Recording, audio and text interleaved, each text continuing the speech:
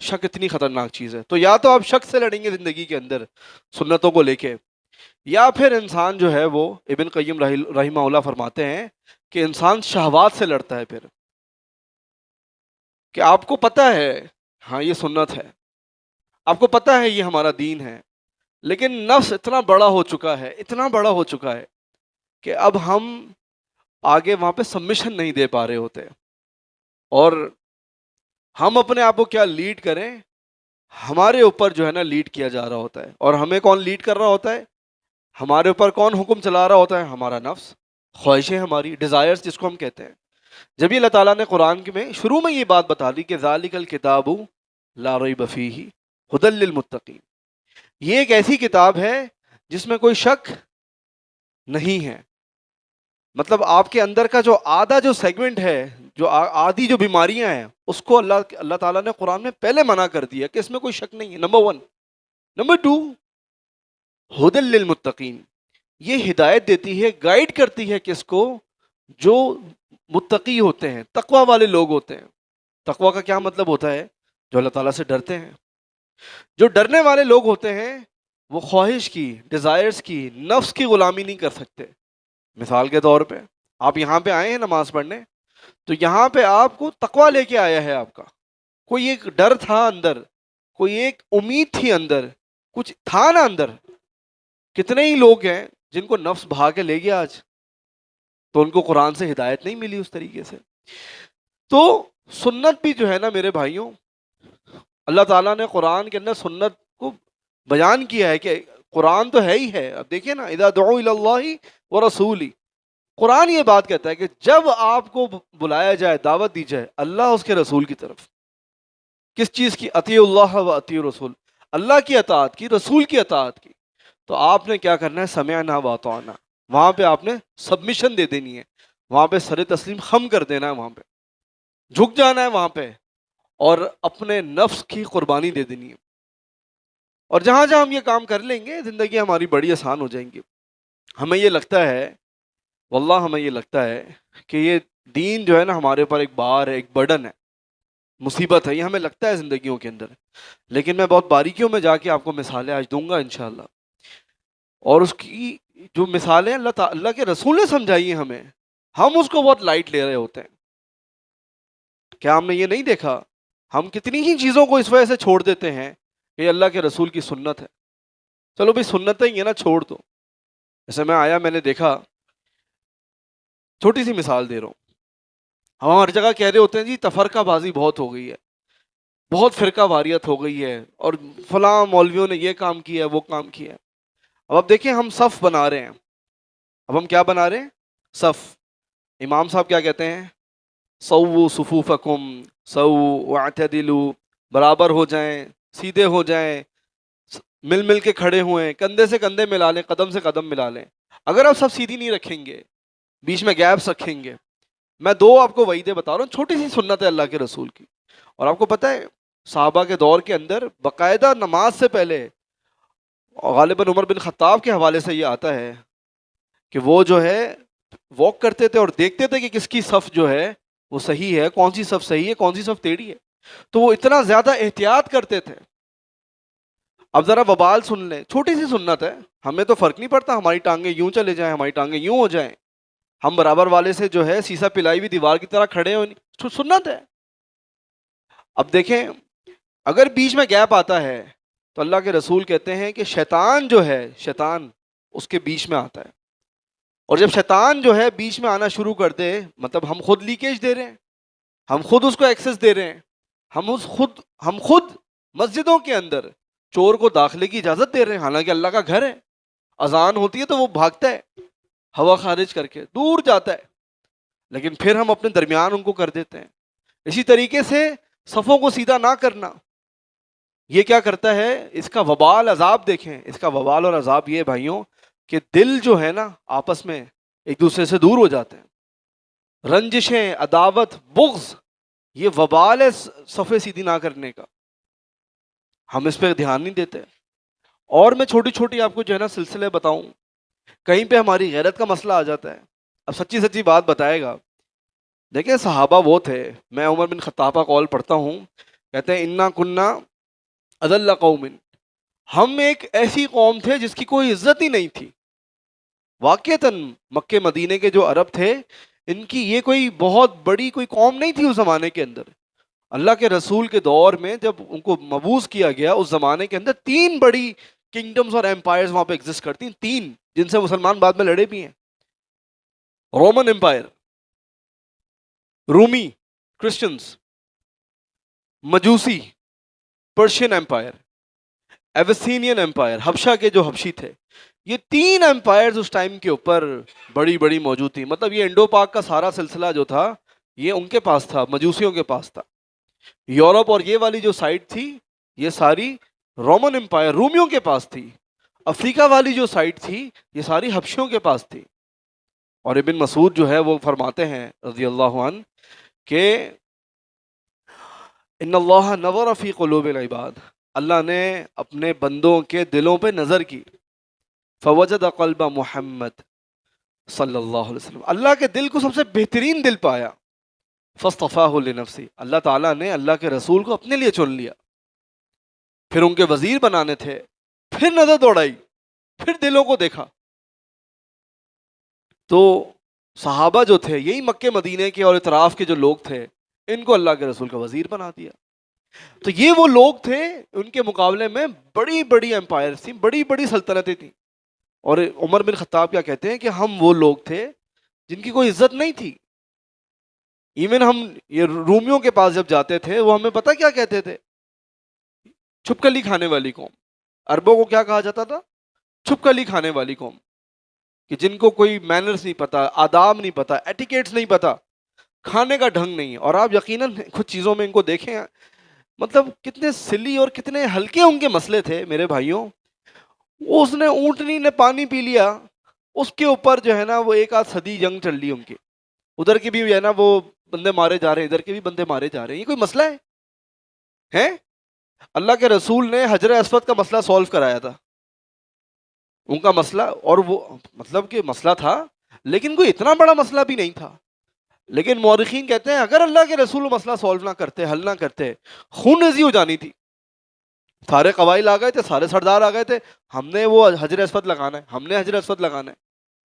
تو ذہن ان کا اس طرح کا تھا.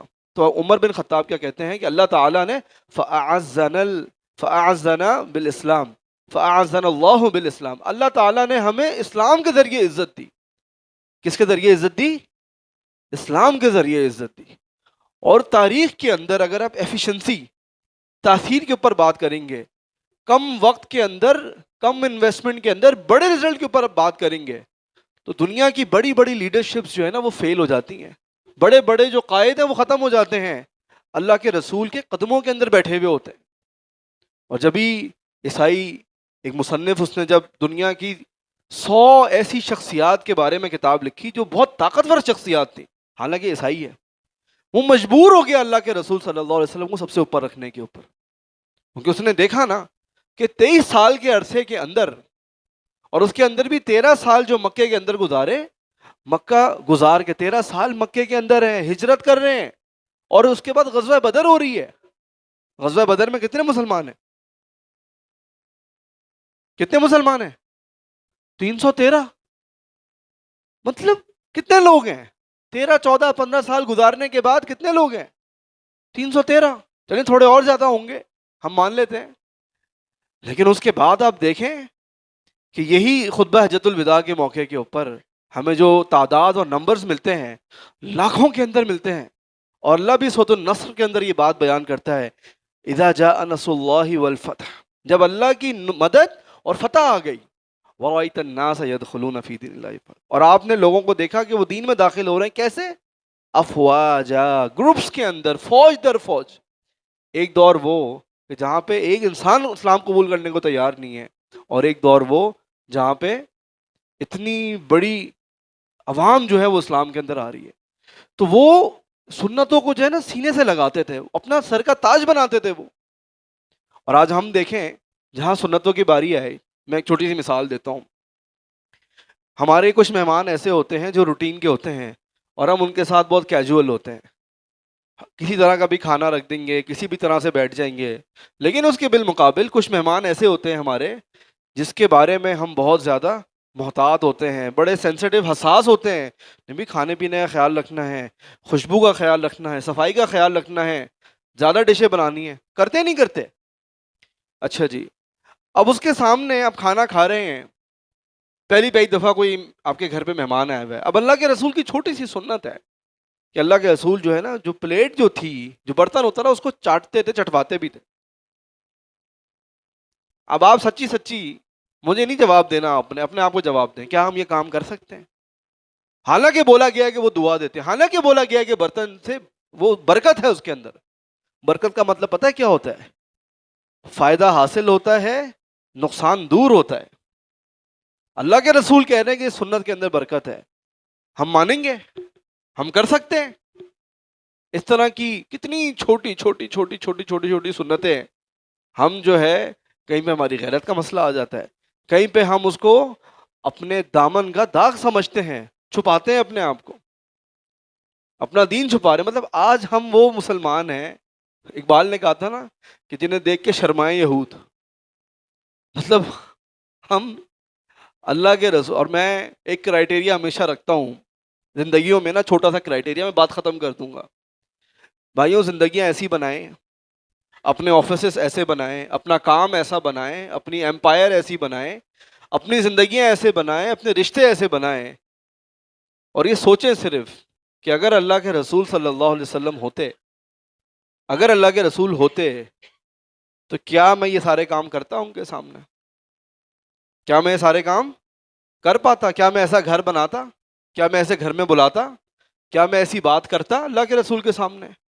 آپ صرف یہ جب خیال لے کے آئیں گے نا اپنے ذہن کے اندر، آپ کی بہت سارے مسائل کی جو ہے نا اصلاح ہونا شروع ہو جائے گی.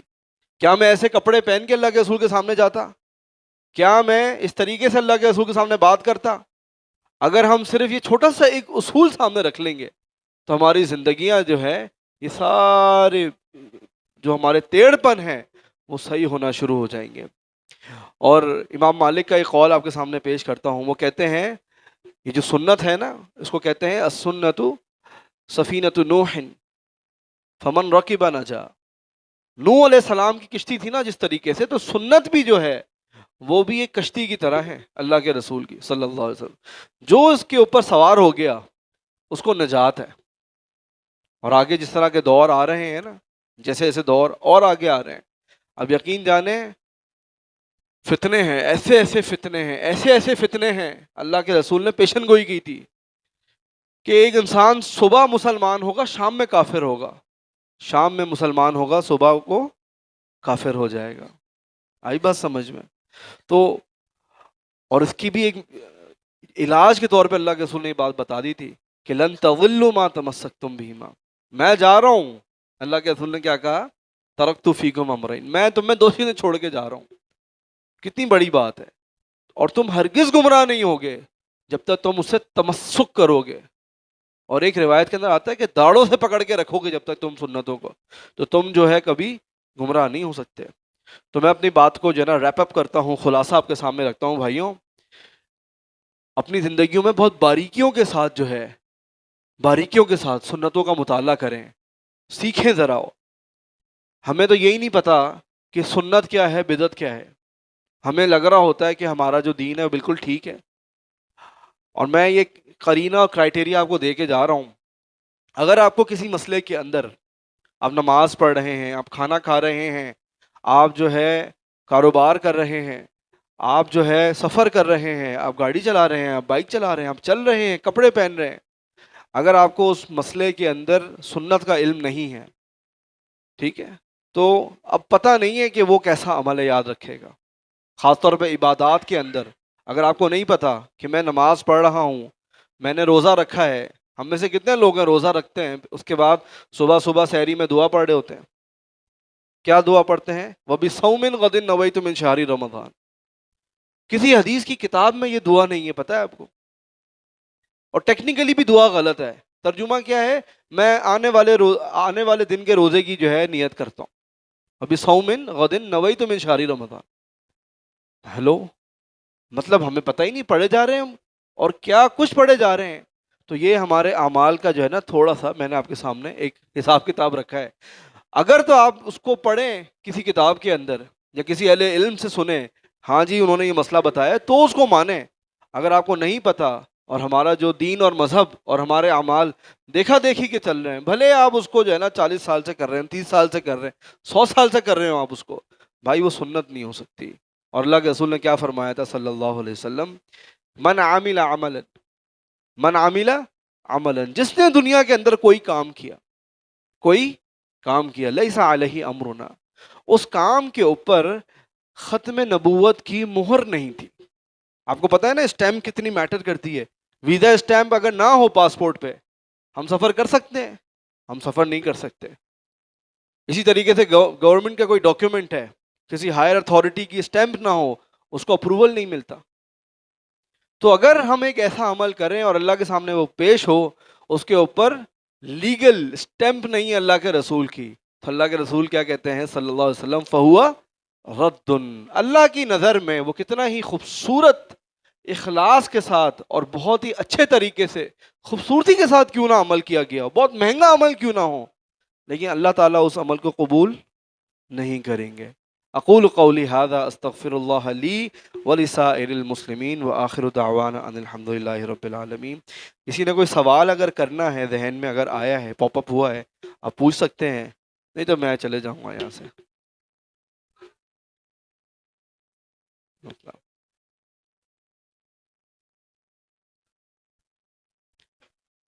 دیکھیں یہ جو مسئلہ ہے نا یہ عقیدے کے حساب سے ہے، ہمارے جو بلیف سسٹم ہے نا اس کو لے کے ہے. ہمارا بلیف سسٹم جو ہے، ایمان جو ہے، اس کو لے کے یہ ہے. مثال کے اور اس کی یہ اور حدیثوں میں اس کی جو ہے نا ریزننگ بھی کی اللہ کے رسول نے. دیکھیں انسان جو ہے نا وہ ڈفرینٹ چیزوں کے ساتھ اپنا عقیدہ جوڑتا ہے، اپنا نفع اور اپنا نقصان جوڑتا ہے. ہماری پوری توحید جو ہے، پوری توحید، آپ قرآن بھی پڑھ کے دیکھ لیں مختلف آیتوں کے اندر اللہ تعالیٰ نے 2 فلسفے ہر جگہ بیان کیے ہیں. یعبدون من دون اللہ ما لا یضرهم ولا ينفعهم. یہ جو انسان ہیں یہ ایک ایسی مخلوقات کی عبادت کرتے ہیں، ایک ایسے تصورات کی عبادت کرتے ہیں جو 2 کام کے اندر کچھ نہیں کر سکتے. نہ ہی ان کو نقصان پہنچا سکتے ہیں، نہ ہی ان کو نفع دے سکتے ہیں. آگئی بات سمجھ میں؟ تو اس دور کے اندر بھی یہ بڑا چرچا اور فلسفہ تھا کہ ستارے جو ہے نا، ستارے، بارش ہوئی، بارش ہوئی. اب بارش کی وجہ سے ایک انسان کافر بھی ہو سکتا ہے، ایک انسان مومن بھی ہو سکتا ہے. حدیث کے اندر یہ مسئلہ ہے، ہمیں پتہ ہی نہیں ہے. حالانکہ یہ وہ مسئلہ ہے جس سے ہماری جو ایک اٹرنل ہمیشگی والی جو زندگی ہے وہ ڈائریکٹ کنیکٹ ہے اس کے ساتھ. ہمیں مسئلہ ہی نہیں پتہ یہ. اب جس نے بولا کہ اللہ نے بارش نازل کی وہ مومن تھا، اس کا ایمان اور بڑھ گیا.